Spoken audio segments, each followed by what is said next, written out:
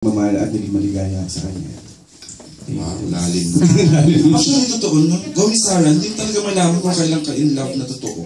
Go ahead, Miss Sarah. You wanna answer that? Pag-ibig. Dugot, ano? 3 seconds yan. Hindi lang ako. 1, 2, 3. Ibig. Hindi. Katulad na sinabi ko ni Coco, wala namang makakapagsabi po sa atin kung ano yung pag-ibig na talaga nakalaan para sa'yo. Pag ikaw nagmamahal, syempre gusto mo mag-last for a lifetime, diba? Forever. Ibibigay mo yung 100% na pagmamahal mo. Pero syempre, alam mo din kung paano alagaan din yung sarili mo. Ano ba yung sasabihin ko? Tama, you're doing good.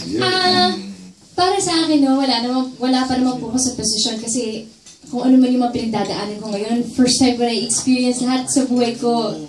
26 years old na. 26 years old na ako, pero first time ko na-experience lahat to.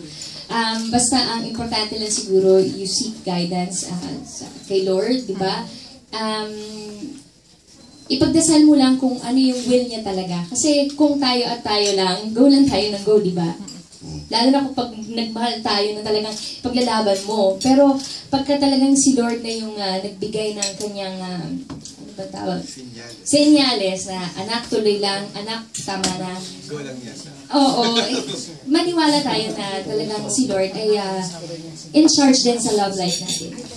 Tama. Alam mo, Sars, okay lang, 26. Ako, 44 na, hindi ko pa rin sigurado eh. Yung pinagdadaanan ko, lahat ito bago sa akin at 42 ha. Kaya, safe ka, bebe, safe ka. Okay,